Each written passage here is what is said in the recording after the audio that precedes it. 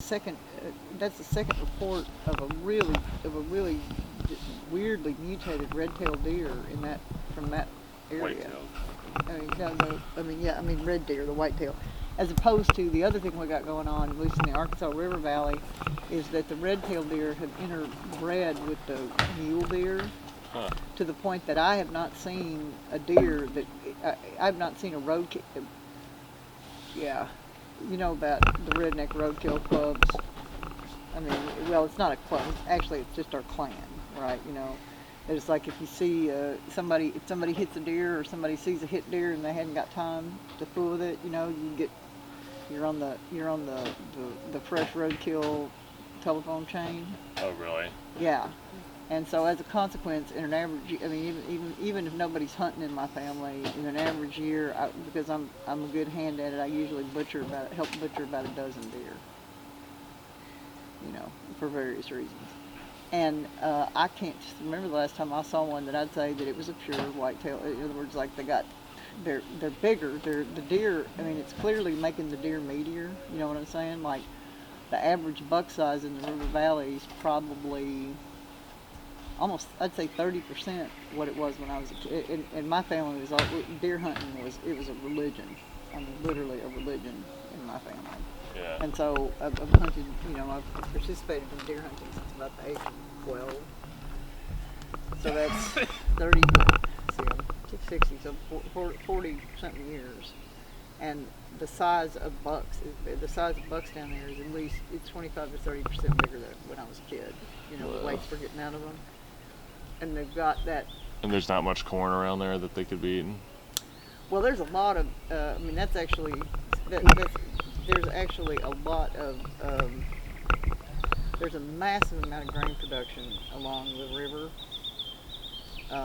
The Arkansas River, there's, on the Yell County side of the river, and I'm not entirely convinced that the deer don't get across the river to a greater degree than you would think is that big a river, but I would buy that. especially those. Well, but I'm really concerned about. Like I said, I'm concerned about these horn mutations in a place that now if that was happening down the Delta, I mean, I would not be surprised at all. I mean, there's places in the Arkansas Delta where you can drive for half a county and you don't see anything except whatever commercial crops are being cultivated and the 5 species of plants that are glyphosate resistant. Right. That's it. That's all you know what I'm talking about. I mean, and that breaks my heart because the biodiversity of the Delta the plants down there used to be amazing. My great uncle Manfred was one of the founders of Rice on Foods, and he managed a considerable rice farm down there that I was on as a kid, and he was really proud. What I'm saying, that's the difference. A change I've seen is here's a guy who founded Rice on Foods, and he was proud of how much of his fields he was leaving fallow every year for supporting bird migration. You know what I'm saying? Yeah. And it was just a different mentality about.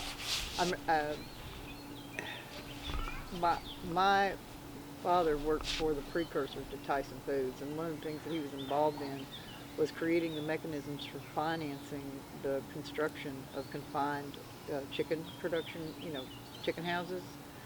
That was what my dad did.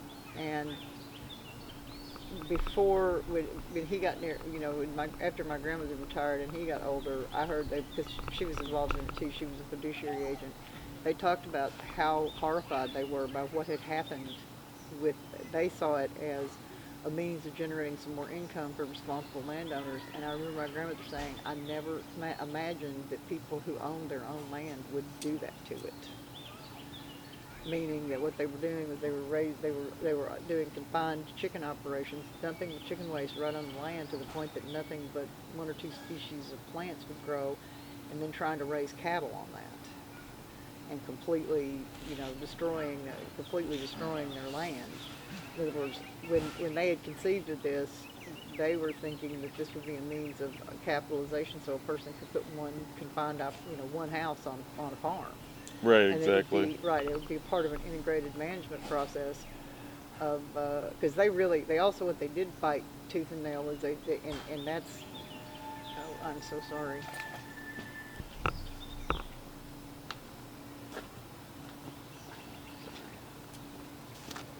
I told everybody that I told everybody I was not going to be available today. They for a long time they really fought hard against confined cattle operations, pig operations down there. But that in the last 20 years, it's really I've seen it the other way around. I mean, there's a hog farm on the fucking Buffalo River now. You know, and people try. I'm saying part of it has to do with the change in mentality. Like we kept hog farms off of the Buffalo, 30 years ago by filing lawsuits and adjudicating with the Department of Water Quality and substantiating the amount of harm that would take place if that was done. And now you try to do that, it's like they don't give a fuck. You know, that there's just not any kind of, that the will is just not present to even be concerned about that. And I've seen them, they're dumping hog waste on land to the point that they're poisoning it with heavy metals all in the river valley now.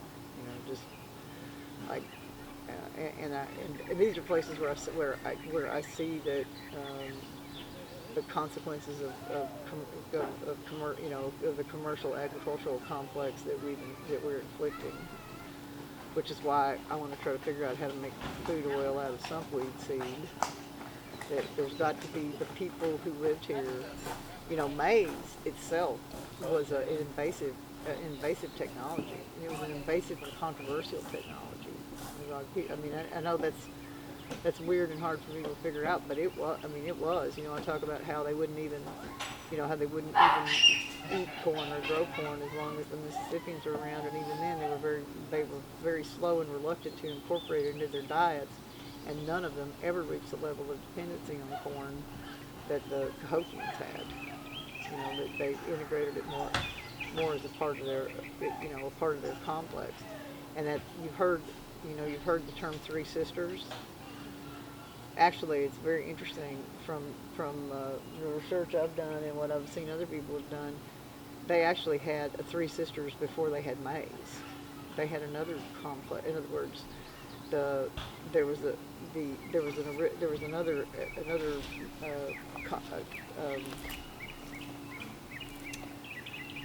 another complex of grasses, like they bred up and were harvesting seeds from, you know what goosefoot grass is?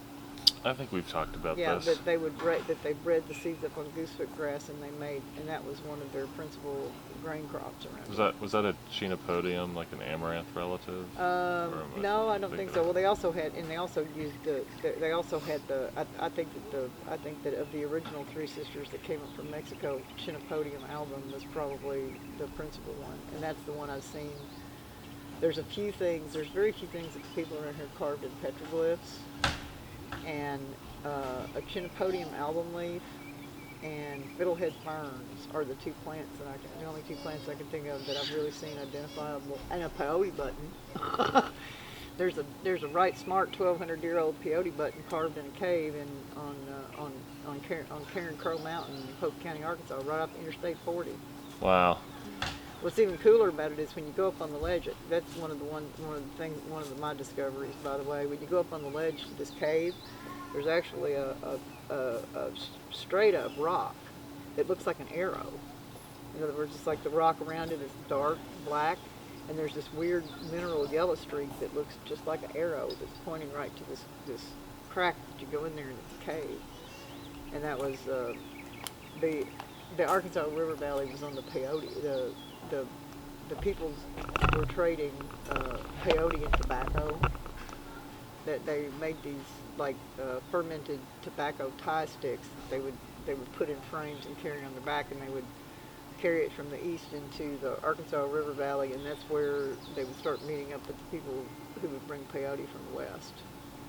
And Karen Crow Mountain was a sacred mountain that was on the river, and it was a place where they would meet up and do the trades. And so they had that's the beginning. That's the source of what they call the Eastern information about the peyote cults. Huh. That you can trace the peyote trail. It follows the peyote trail is the Arkansas River. they think that they followed. They think that they may have followed the Arkansas River all the way out of the high desert of Colorado. Huh. How you doing down there? But anyway, so those two plants in the album I know was the first the Lake Titawacan complex, which is where poke salad is actually a cultivar. It was actually poke salad was domesticated approximately 10,500 years ago in the northern plateau of Mexico, I think north of Lake Titawacan actually is where it comes from. But it was actually, the parent plant was actually even more poisonous, believe it or not. And they used it, before they had maize, they used it as a wrapping to boil these multi-grain dumpling things. They're tamales is kind of what they were. But they were making them out of like a goosefoot grass massa and legumes.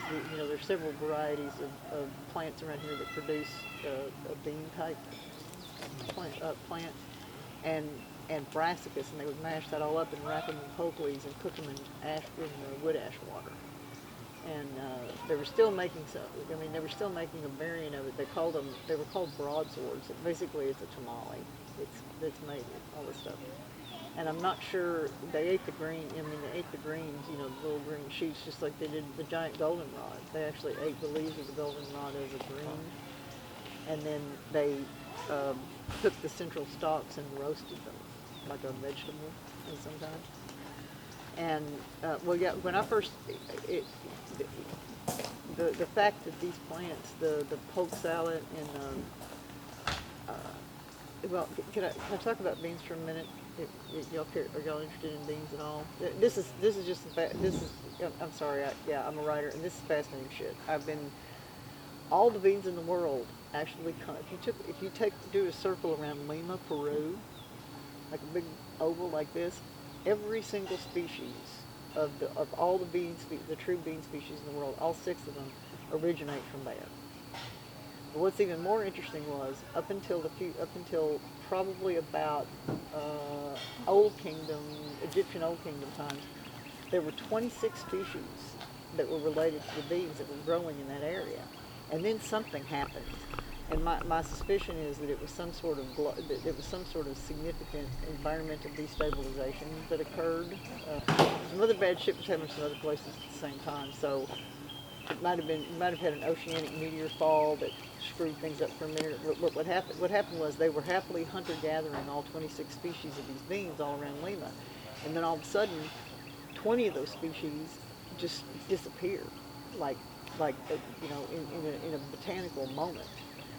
And and then you see this almost frantic, because also somehow or another they took 2 of those species, and the people at Lake Titawacan got them. So that's where a lot of bean variety comes from, is the people around Lima were breeding and developing these 6 species, and then the Lake Titawacan people had 2 of the species, and they were breeding and doing their thing with it. But I'm saying what's interesting to me is the freneticness of the domestication of the bean is almost like you can look at the record and go, oh man, those people were freaking out because they had this thing that was cool that grew everywhere, and all of a sudden it's just dying everywhere. So they grab the ones they can and domesticate them for the first time.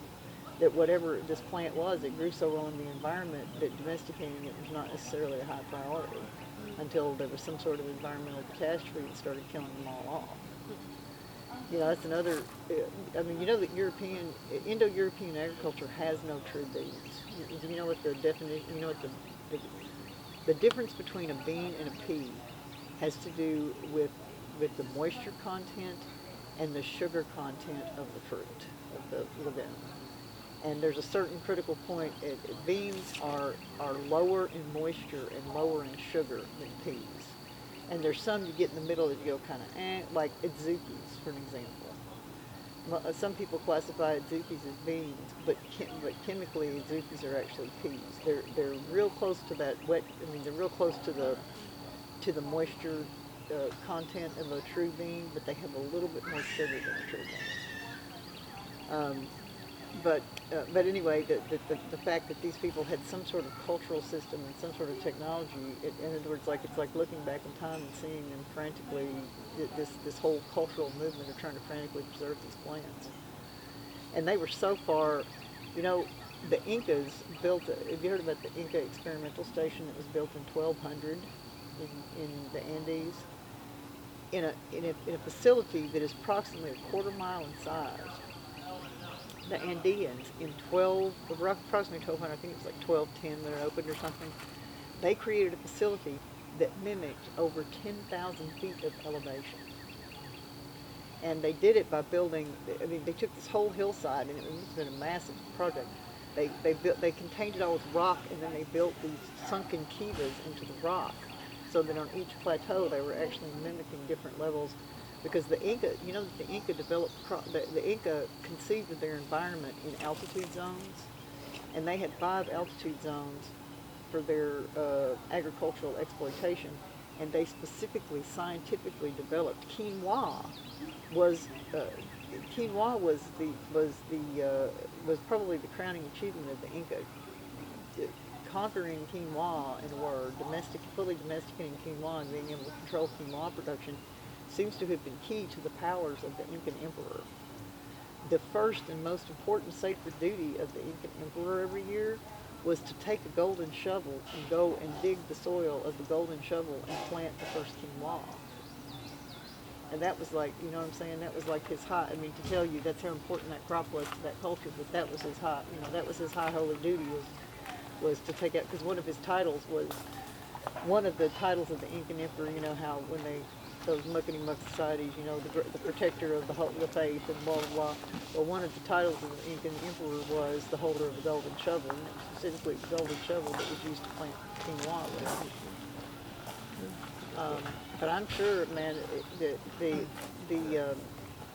basically what they did with quinoa was they took it and they bred the sapons down. You know, the same thing they did with chinopodium. They produced a seed that has, and to my, you know, to our sensibilities, it still has a really high saponin concentration in the seeds, so you have to rinse it so much before you can cook it. But compared to its other wild, you know, I mean, the other wild varieties, it is considerably less. But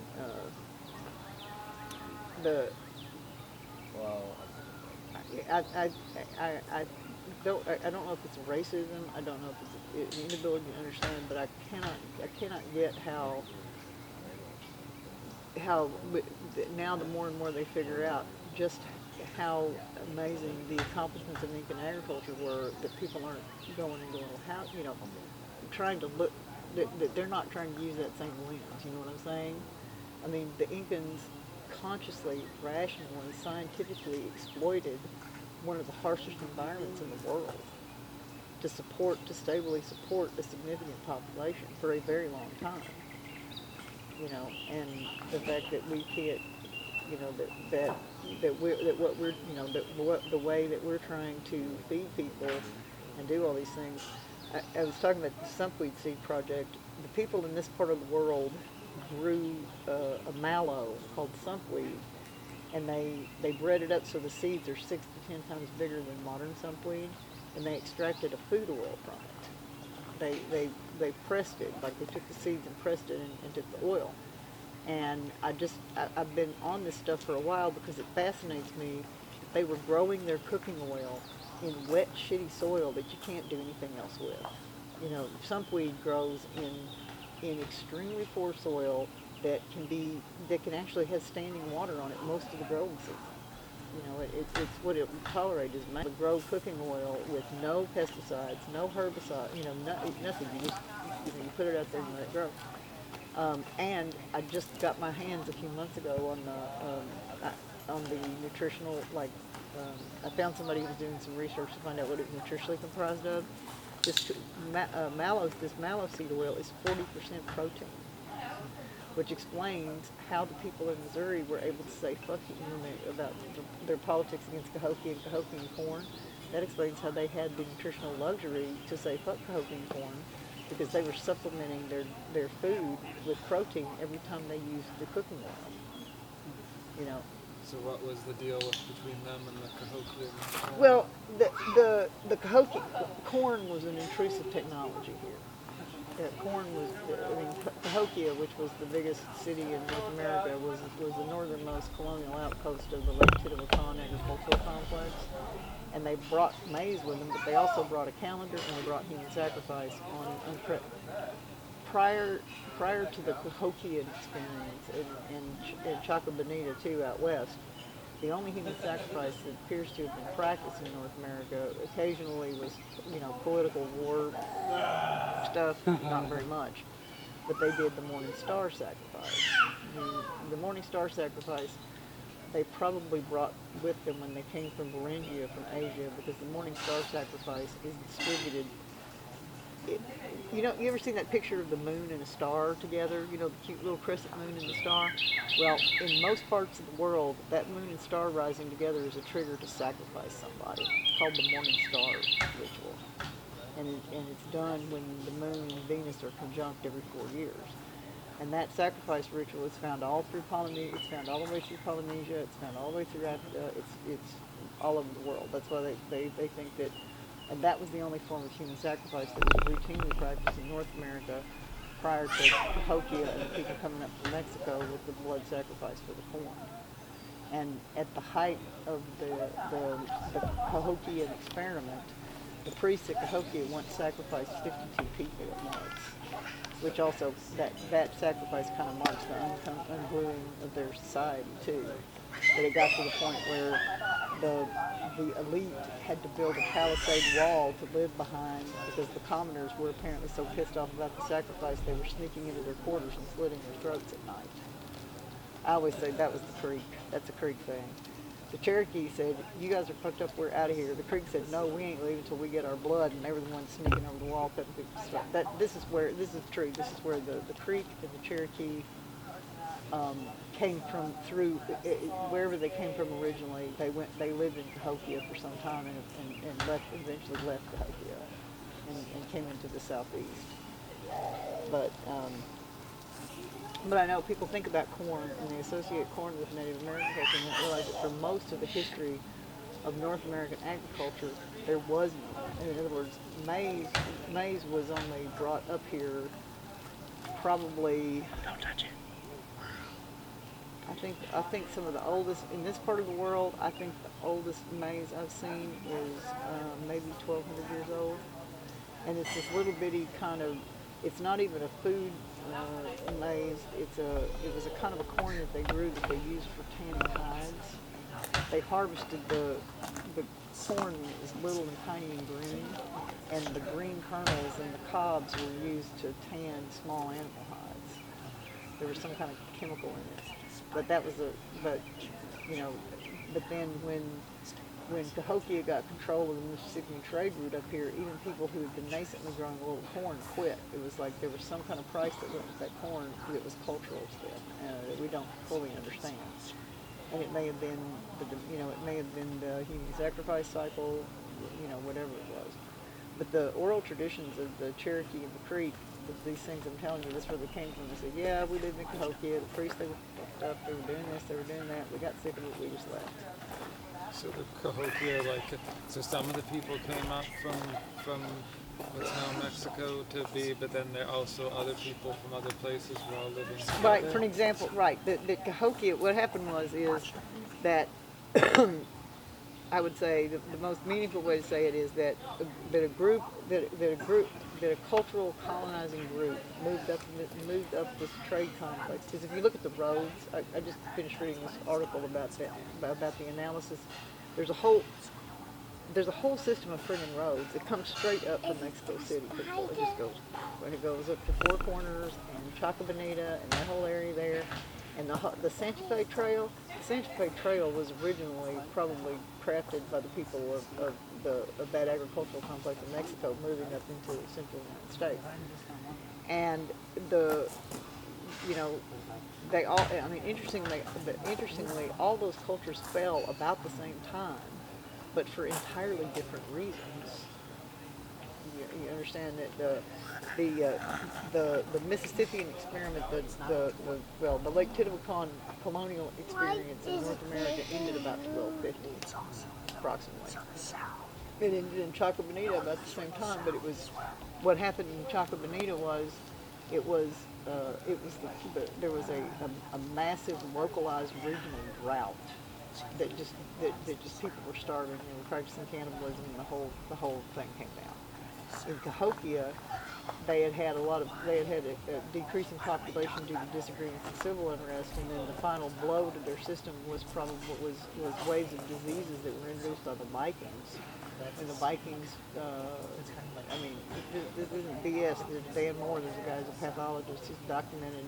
This is before people even accepted the fact that the Vikings were in the Great Lakes at this time. This guy who just studied all the remains said, whoa, some massive wave of disease moved down from the Great Lakes along the Mississippian complex about 1250 and wiped out most everybody. You know, and that appears to be what happened, and that was what ultimately destroyed Cahokia. But before Cahokia, because see, all those people like the Cherokee probably actually came from Guatemala, Honduras. The people, their story is that's where they came from. Their basket weaving technique looks like that, and most tellingly, they have a clan named after sweet potato. You know, now that's a fascinating story. In Poema, the sweet potatoes that are from Mesoamerica were invented between the mountains between Guatemala and Honduras 8,300 years ago by cutting and grafting 3 tropical plant species, none of which produce tubers. They're all flowers. And they took and they cut those little lines and they grafted them together. And sweet potato is so intriguing because it actually has a trihaplate gene structure. It has genetic material from all 3 of those parent tropical flowers that they were grafting. I find the story interesting because those plants, what they have in common is they are all 3 the highest source of lysergic acid amylide in the environment. You know what LSA is? You know what LSD is? The LSA is LSD minus one little molecule, 1 or 2. And it's the sort most of the shamanic compounds that they talk about coming from South America are compounds that are high in lysergic acid amylide. So I believe that sweet potatoes was invented 8,300 years ago by a bunch of people who were trying to make better drugs. In other words, they were taking the plants that had the best sources of LSA in their environment, and they were cutting them and grafting them together to produce better. Because they were extracting LSA from the seeds. Are we gonna set specific times for things? Right. Well, I'm trying to find. Yeah. When would be good in the flow of things to like do walks tomorrow? I guess. Yeah. What? You have specific plans for the walks? No, I because we've confirmed that. Okay, I was hot to see the golden seal, but Badger Right. confirmed what I was concerned about, that the fruit's not ripe yet because it's too early in the year, and I really don't want if we have unripe fruit on the golden seal, I don't even want to go mucking. You know what I'm saying? I don't want to go mucking around near it and disturb it until it's mature. So I was just going to go look at the. I did. The only thing I said I would do tomorrow, so today I would go with the extracting equipment and the herb, where to do the herb stuff, see what was going on with that, Okay. and maybe do an extracting workshop. But what I would be happy, whatever time in the works flow around here, to go and look at gardens or go walk around the land or whenever we all want to do it. I'm not. I think, PD at least would like to do afternoon. A lot of people have morning work or afternoon work. So right. I'm not sure what the work party situations are. in the Yeah, I afternoon. guess you have a few things. I mean, it won't take too long to do the corn and bean transplanting at all. So. Well, I would be. I would be happy to go. When is that going to be in the morning down here and have them? I mean, we had some brutal plains weather.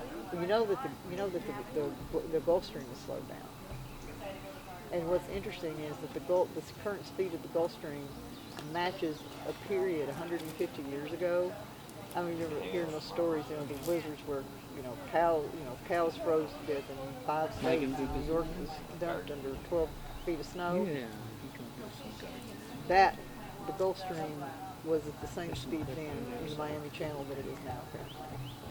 Those really weird, wonky, bitter, cold winters in the late 1880s, like 1888. Well, and actually the whole pattern, the nor'easter pattern that we had, they had 4 nor'easters in a row that dumped snow in New York City. That was very reminiscent of the weather pattern they had in the 1880s. The concerning thing is, though, it seemed to have corrected itself and speeded back up. And now there's no, I mean, it's continuing. Yes. The sedimentation studies show it's continuing to slow. I mean, you understand what that's going to do here? Gulf Stream keeps it warmer on the East Coast, and it modulates it moderates the effect of we're between the Arctic and the Gulf of Mexico here. And so that pulling off that excess moisture and pulling off that excess heat moderates our environment. And so what's going to happen is we're going to experience more and more extremes. You know what I'm saying? Like we're saying that it's going to be, we're going to have you're going to have those hard, cold winters that, I mean, look at the record. It's not comforting. Look at the record lows for the 1890s sometimes for this area. It was very cold. You know what I mean? And I don't see anything that's going to keep it. I mean, global warming, it's weird because all over the planet's getting warmer and warmer and warmer. But at the same time, it's like the extreme, you know what I mean? As the system destabilizes, the buffers don't seem to work as well, and we're swimming.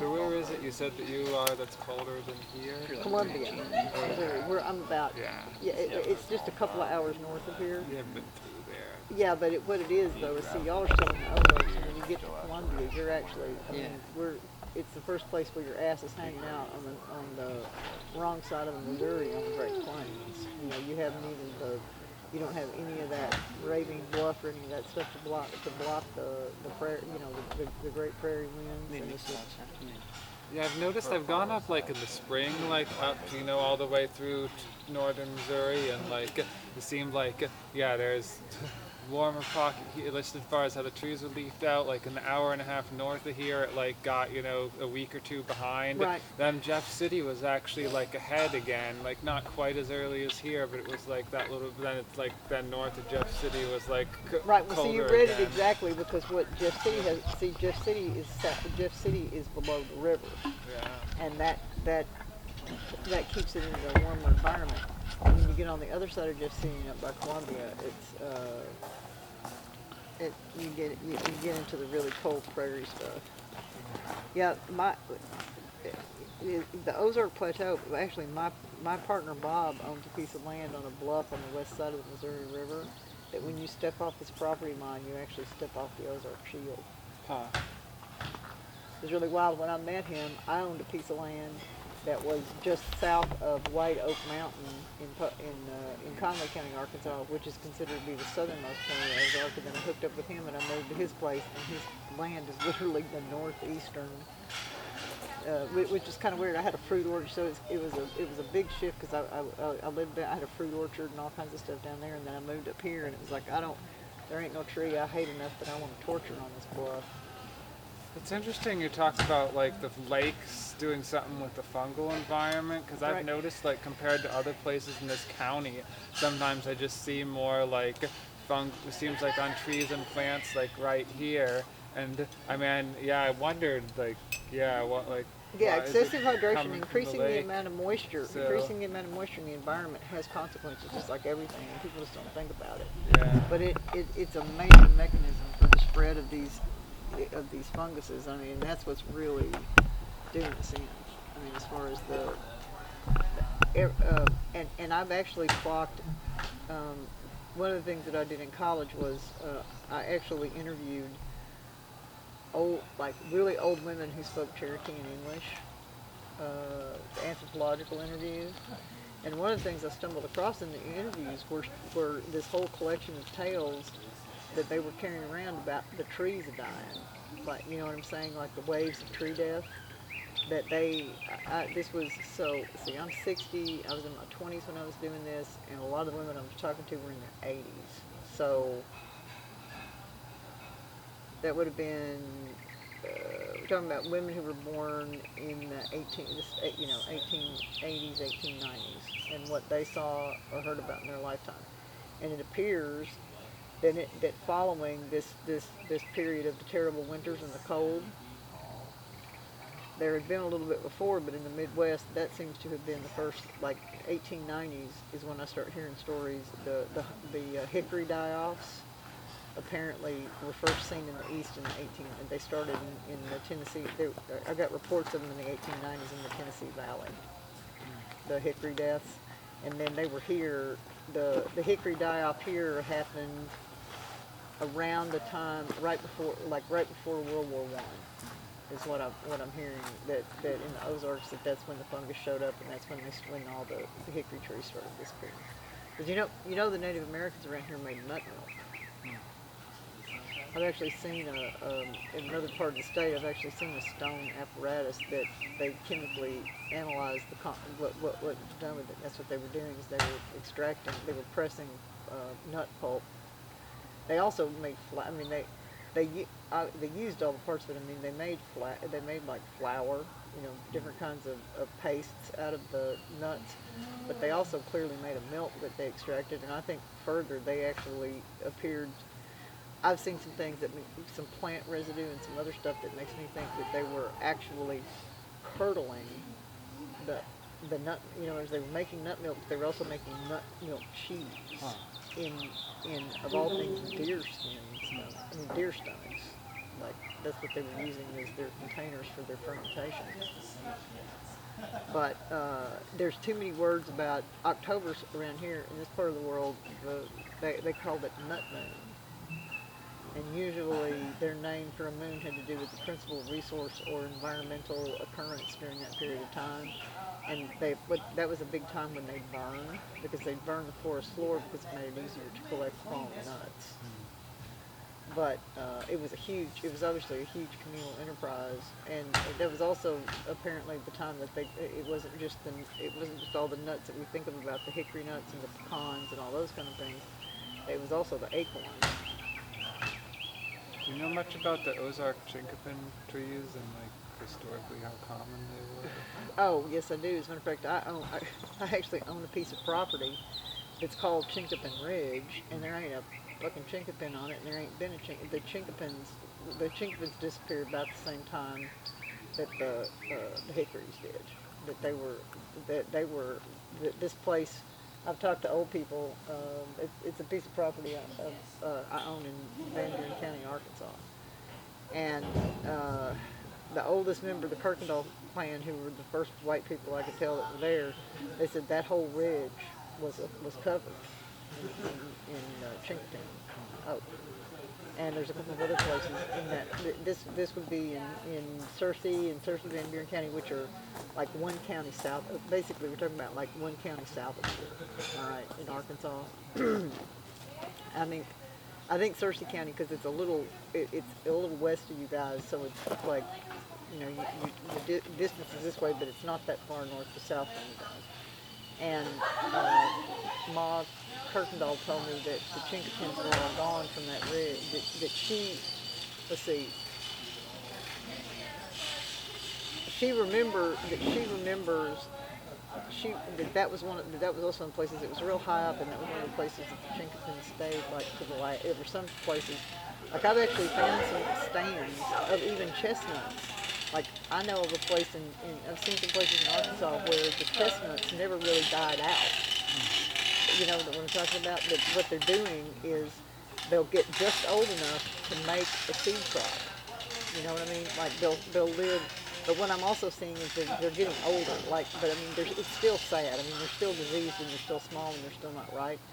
But I found this place. I tracked it down by oral historian. Plants just, look a little different, or, seem a little like, here, like, notice, like, here it seems like that a lot of stuff will, like, grow exuberantly, and then suddenly, like, if it gets dry, it'll be like pretty sudden that it'll be like, oh, this is looking really dry and wilting. And then I've been in other environments where it's like the plants, when it starts to get dry, just seem to, like, just be getting just not growing as fast and a bit smaller leaves, and like then a long time between the when they're growing really well and when they're wilting. And here it seems like it's a pretty fast thing, even like down there in areas where the soil's pretty deep. I'm not just talking about where the soil's thin, but it's like a lot of the plants seem to like be exuberantly expending the energy, and then suddenly like, you know, oh, this is a problem. And then I've seen other environments where the same species are like much more gradually doing that. I have a theory about. I do have a theory about that. And my theory about that is that when you see significant, what I would call stress strategic response differences like that, especially when it's localized to an environment. First of all, this area, I had said earlier, if you heard me, the Ozarks are prone to what I call the microenvironment phenomena. That you get places that evolved and have been this way for millions of years in this one little area. Well, what you're describing to me, plants. When you're gardening, you're actually trying to coax desirable bacteria and fungi into inhabiting your soil. Because on a real fundamental level, dirt is only the stuff that holds plant roots up. I mean, it gets dissolved minerals from the water, but the majority of the nutrients of any plant come from the specific colony of bacteria and fungi that it cultivates around its roots, and then it cultivates out of the soil. I have seen the phenomena you're describing because a critical fungi that produces a particular sugar in a particular range is absent in this environment. And the absence of that particular set of fungal sugars, that fungal sugar may be critical to the plant, because there are a couple of fungal sugars that appear to be absolutely critical to plants' ability to mediate moisture. Okay, so if you theorize that you're seeing that response in the species here, and in the next microenvironment you're not, then the answer might be that the specific fungus that produces the sugar that allows plants to mediate their moisture control is for some reason absent in this environment. Now that's all theoretical, because there's very few people who even give a rat's turd about this stuff I'm saying about the actual function of these fungal triggers in moisture control. They do know it exists. They're only messing around with it in a very Frankensteinian way, you know. But this whole system analysis of how do we identify this fungus that's over here but's not here, and put it back over here? Why is it not here? What is it telling us about this place that it's not here? You know, and what class of, you know, because I wouldn't even know, you know, I wouldn't even know what class. I'm not familiar enough with your environment, and I mean, literally, yes, I do go out and take, I work with a guy who's a fungal and lime mold specialist at Fayetteville, and so when I'm curious enough about something, I go out and I take field samples, and I send them over there to get looked at. Because I found, I actually discovered a variety of slime mold. I don't know what they ended up naming it. That will consume dead cedar. You can cut a cedar tree down and impregnate it with this mold, and in 24 months you can go over and it's powder. Wow. Yeah, we have dead cedar that were drowned in the ice storm of '09 that still look, other than having lost the needle and tiny branches. If you're willing to allow the introduction of such a fungus on your property, I'm protecting a piece of property in Van Buren County, Arkansas, that has a host of I periodically facilitate it being fed cedar so that it stays, you know what I'm saying, so it stays active in the soil there. We also use cedar for all our fence posts, so right, I think exactly. So that's that would be the problem with that. If you're using cedar in a construction sense, I personally don't. I have the suspicion that cedar does not do cute things for the environment.